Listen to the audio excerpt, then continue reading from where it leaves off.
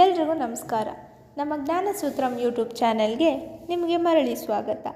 ಕಳೆದ ವಿಡಿಯೋದಲ್ಲಿ ನಾವು ಟೀಚಿಂಗ್ನ ಸಪೋರ್ಟ್ ಸಿಸ್ಟಮ್, ಆನ್ಲೈನ್ ಎಜುಕೇಷನ್ನಿಗೆ ಕೊಟ್ಟಿರುವಂಥ ಗೌರ್ಮೆಂಟ್ಸ್ ಇನಿಷಿಯೇಟಿವ್ಸ್ ಬಗ್ಗೆ ನಾವು ಮಾತಾಡಿದ್ವಿ.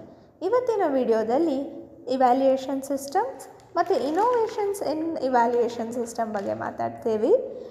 ಸೊ ಈ ವಿಡಿಯೋನ ಸ್ಟಾರ್ಟ್ ಮಾಡೋಕ್ಕೆ ಮುಂಚೆ ಹಳೆ ವಿಡಿಯೋನ ನೀವೇನಾದರೂ ಮಿಸ್ ಮಾಡ್ಕೊಂಡಿದ್ರೆ ಮೊದಲು ಆ ವಿಡಿಯೋನ ವ್ಯೂ ಮಾಡಿ ನಂತರ ಇವತ್ತಿನ ವಿಡಿಯೋನ ಕಂಟಿನ್ಯೂ ಮಾಡೋಣ.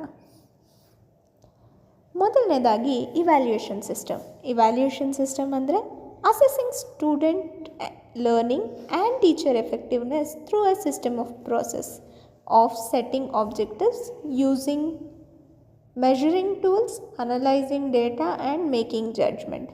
ಅಂದರೆ ಟೀಚರಿನ ಎಫೆಕ್ಟಿವ್ನೆಸ್ ಮತ್ತು ಸ್ಟೂಡೆಂಟಿನ ಲರ್ನಿಂಗ್ ಎಬಿಲಿಟಿ ಇದೆರಡನ್ನು ಟೆಸ್ಟ್ ಮಾಡೋದಕ್ಕೆ ಕೆಲವೊಂದು ಟೂಲ್ಸ್, ಕೆಲವೊಂದು ಆಬ್ಜೆಕ್ಟಿವ್ಸ್ ಇದನ್ನು ಇಟ್ಕೊಂಡು ಬಂದಿರುವಂಥ ರಿಸಲ್ಟ್ಸನ್ನು ಅನಲೈಸ್ ಮಾಡಿ ಜಡ್ಜ್ಮೆಂಟ್ ಮಾಡುವಂಥ ಪ್ರೋಸೆಸ್ನ ಇವ್ಯಾಲ್ಯೂಯೇಷನ್ ಸಿಸ್ಟಮ್ ಅಂತ ಹೇಳಿ ಕರೀತಾರೆ.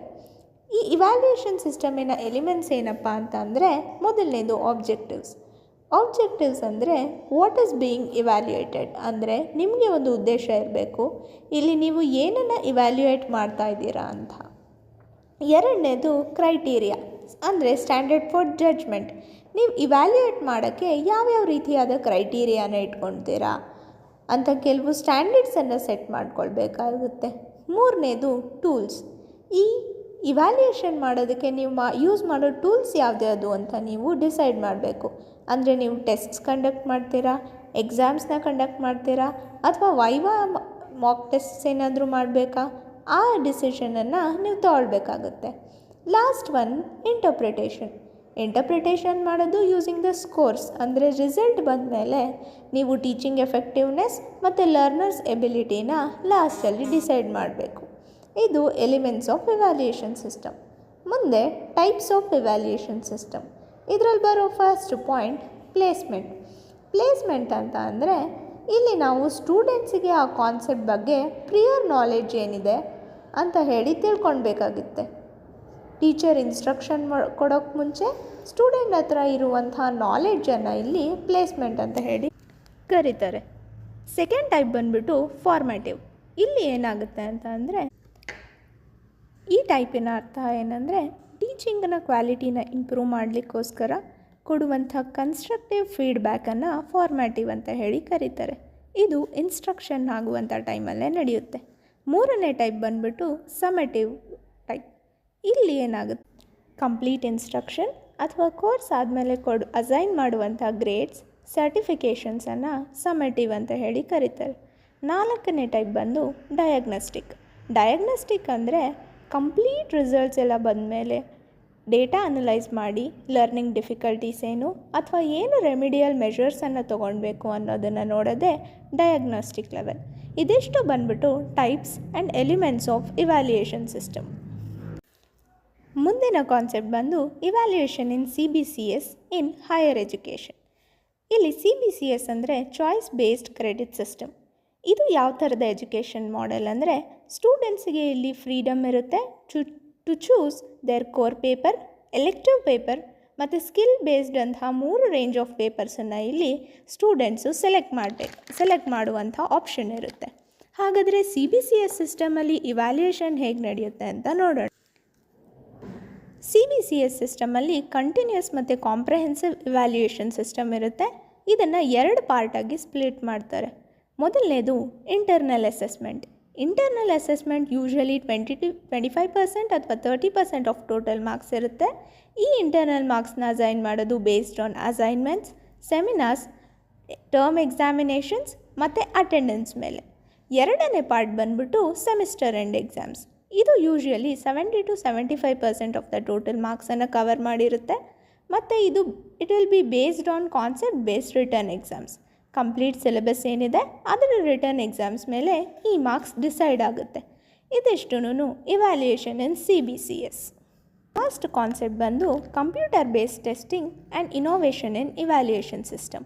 ಅದರಲ್ಲಿ ಮೊದಲನೇ ಕಾನ್ಸೆಪ್ಟ್ ಕಂಪ್ಯೂಟರ್ ಬೇಸ್ಡ್ ಟೆಸ್ಟಿಂಗ್. ಇಲ್ಲಿ ಕಂಪ್ಯೂಟರ್ ಬೇಸ್ಡ್ ಇವ್ಯಾಲ್ಯೂಯೇಷನ್ ಸಿಸ್ಟಮ್ ಅಂದರೆ a form of testing where test, administration and scoring are conducted using a computer. ಇಲ್ಲಿ ಟೆಸ್ಟ್ನ ಕಂಡಕ್ಟ್ ಮಾಡೋದು, ಟೆಸ್ಟ್ನ ಕಂಪ್ಲೀಟ್ ಡೀಟೇಲ್ಸ್ನ ಅಡ್ಮಿನಿಸ್ಟ್ರೇಷನ್ ಮಾಡೋದು ಮತ್ತು ಸ್ಕೋರಿಂಗ್ ಕ್ರೈಟೀರಿಯಾ ಇದು ಮೂರನ್ನು ಕಂಪ್ಯೂಟರ್ನ ಯೂಸ್ ಮಾಡಿಕೊಂಡೇ ಮಾಡೋದ್ರಿಂದ it is called as computer based testing. ಹಾಗಾದರೆ ಕಂಪ್ಯೂಟರ್ ಬೇಸ್ಡ್ ಟೆಸ್ಟಿಂಗಿನ ಅಡ್ವಾಂಟೇಜಸ್ ಏನಿದೆ ಅನ್ನೋದನ್ನ ತಿಳ್ಕೊಳ್ಳೋದಾದರೆ, ಮೊದಲನೇದು ಎಲಿಮಿನೇಟ್ಸ್ ಹ್ಯೂಮನ್ ಎರರ್ ಇನ್ ಸ್ಕೋರಿಂಗ್. ಸ್ಕೋರಿಂಗಲ್ಲಿ ಆಗುವಂತಹ ಹ್ಯೂಮನ್ ಎರರ್ ಅಥವಾ ಮಿಸ್ಟೇಕ್ಸನ್ನು ಎಲಿಮಿನೇಟ್ ಮಾಡಿರೋದು ಒಂದು ಮೊದಲನೇ ಅಡ್ವಾಂಟೇಜ್ ಆಗಿದೆ.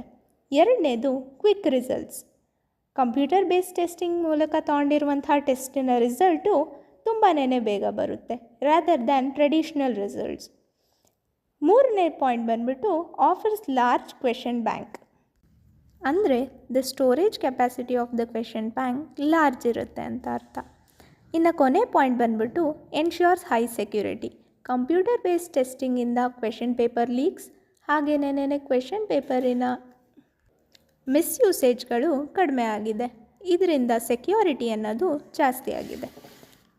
ಇನ್ನು last concept of teaching aptitude ಬಂದರೆ ಇನೋವೇಷನ್ಸ್ ಇನ್ ಇವ್ಯಾಲ್ಯೂಯೇಷನ್ ಸಿಸ್ಟಮ್. ಅದರಲ್ಲಿ ಬರುವಂಥದ್ದು ಪೋರ್ಟ್ಫೋಲಿಯೋ ಅಸೆಸ್ಮೆಂಟ್.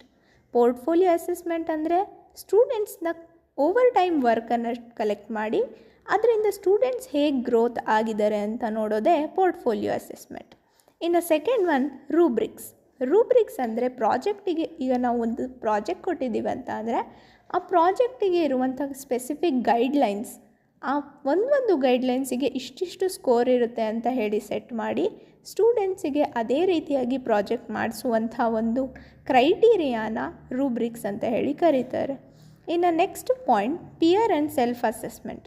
ಇಲ್ಲಿ ಸ್ಟೂಡೆಂಟ್ಸ್ ಅವರ ಸೆಲ್ಫ್ ಗ್ರೋತ್ ಮತ್ತು ಬೇರೆ ಸ್ಟೂಡೆಂಟ್ಸಿನ ಗ್ರೋತ್ ಎಲ್ಲ ನೋಡಿ ಸ್ಟೂಡೆಂಟ್ಸ್ ಸೆಲ್ಫ್ ಗ್ರೋತ್ ಆಗೋಕೆ ಮಾಡುವಂಥ ಡಿಸಿಷನ್ನೇ ಪಿಯರ್ ಆ್ಯಂಡ್ ಸೆಲ್ಫ್ ಅಸೆಸ್ಮೆಂಟ್. ಇನ್ನು last one outcome based education. ಕೆಲವು ಪ್ರೀಡಿಫೈನ್ ಆಗಿರುವಂಥ ಔಟ್ಕಮ್ಸನ್ನು ಅಚೀವ್ ಮಾಡೋದೇನೇ ಔಟ್ಕಮ್ ಬೇಸ್ಡ್ ಎಜುಕೇಷನಿನ ಮೇನ್ ಆಬ್ಜೆಕ್ಟಿವ್ ಆಗಿದೆ. ಇದಿಷ್ಟು ಇನೋವೇಷನ್ಸ್ ಇನ್ ಇವ್ಯಾಲ್ಯೂಯೇಷನ್ ಸಿಸ್ಟಮ್. ಇದಿಷ್ಟು ಟೀಚಿಂಗ್ ಆ್ಯಪ್ಟಿಟ್ಯೂಡಿನ ಕಂಪ್ಲೀಟ್ ಇನ್ಫಾರ್ಮೇಷನ್ ಆಗಿತ್ತು. ಮುಂದಿನ ವಿಡಿಯೋದಲ್ಲಿ ನಾವು ಟೀಚಿಂಗ್ ಆ್ಯಪ್ಟಿಟ್ಯೂಡ್ಗೆ ಸಂಬಂಧಪಟ್ಟಂತಹ ಪ್ರೀವಿಯಸ್ ಇಯರ್ ಕ್ವೆಶನ್ ಪೇಪರಲ್ಲಿ ಯಾವ್ಯಾವ ಕ್ವೆಶನ್ಸ್ನ ರಿಪೀಟ್ ಆಗಿತ್ತು ಅನ್ನೋದ್ರ ಬಗ್ಗೆ ವಿಡಿಯೋ ಮಾಡ್ತಾಯಿದ್ದೀವಿ. ಆ ವಿಡಿಯೋನಂತೂ ಮಿಸ್ ಮಾಡಲೇಬೇಡಿ. ಈ ವಿಡಿಯೋ ಏನಾದರೂ ಇಷ್ಟ ಆಗಿದ್ದರೆ ಲೈಕ್ ಮಾಡಿ ಮತ್ತು KCETಗೆ ಪ್ರಿಪೇರ್ ಆಗ್ತಿರೋ ಇನ್ನೂ ನಿಮ್ಮ ಫ್ರೆಂಡ್ಸಿಗೆ ಶೇರ್ ಮಾಡಿ ಮತ್ತು ಚಾನಲ್ನ ಸಬ್ಸ್ಕ್ರೈಬ್ ಆಗೋಕ್ಕೆ ಮರಿಬೇಡಿ.